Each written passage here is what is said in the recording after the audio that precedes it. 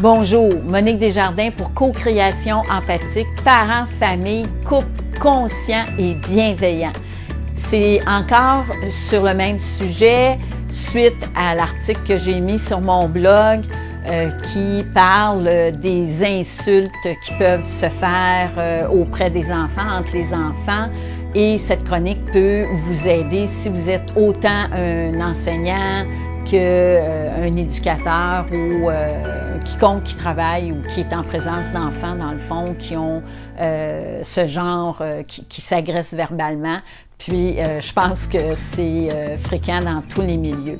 Alors, qu'est-ce qu'il faut comprendre, dans le fond, c'est que plus on est près de nos émotions, plus ça peut nous bouleverser parce que des fois, on peut se demander pourquoi est-ce que ça touche un enfant plutôt qu'un autre.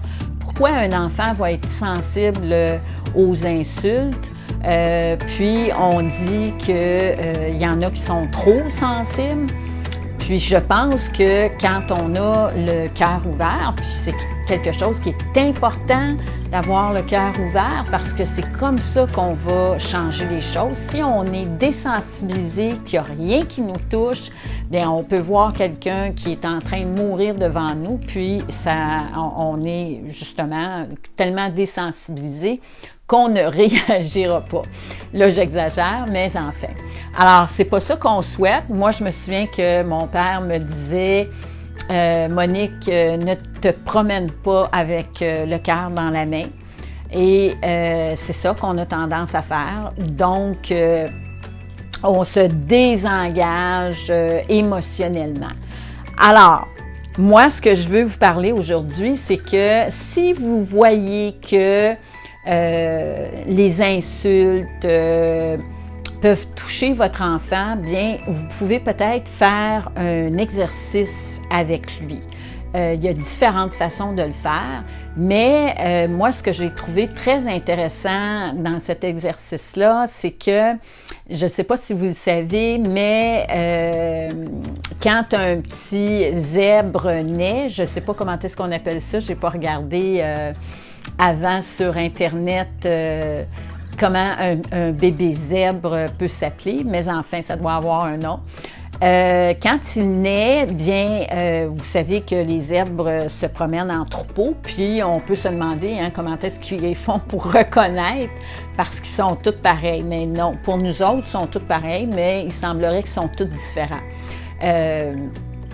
Alors, la mère, après avoir mis bas, aussitôt que le bébé est le moindrement éveillé, elle va tourner autour de lui plusieurs fois pour venir ancrer l'impression chez le bébé, le nouveau-né, des lignes, du design des lignes sur sa fourrure. Et c'est de cette façon-là que les bébés zèbres ne se trompent pas, qu'ils vont courir juste à côté de leur mère.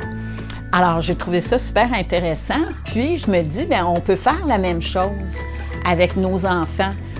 On pourrait, si supposons qu'on s'aperçoit que il y a vraiment un enfant se dévalorise puis qui a perdu confiance en lui puis qui perd son estime, bien, on peut faire la ronde des compliments ou la ronde du potentiel, la ronde. Donc, on vient au départ, dans le fond, ce qu'il faut faire, c'est trouver des qualificatifs qui sont présents chez la personne. Puis, à ce moment-là, on tourne autour de lui en disant qu'est-ce qu'on pense de lui, toutes les bonnes choses qu'on pense de lui. Puis, ça vient de cette façon-là parce que la majorité du temps, on reçoit des bêtises. Alors là, bien, ça va être la ronde des compliments ou des qualificatifs positifs.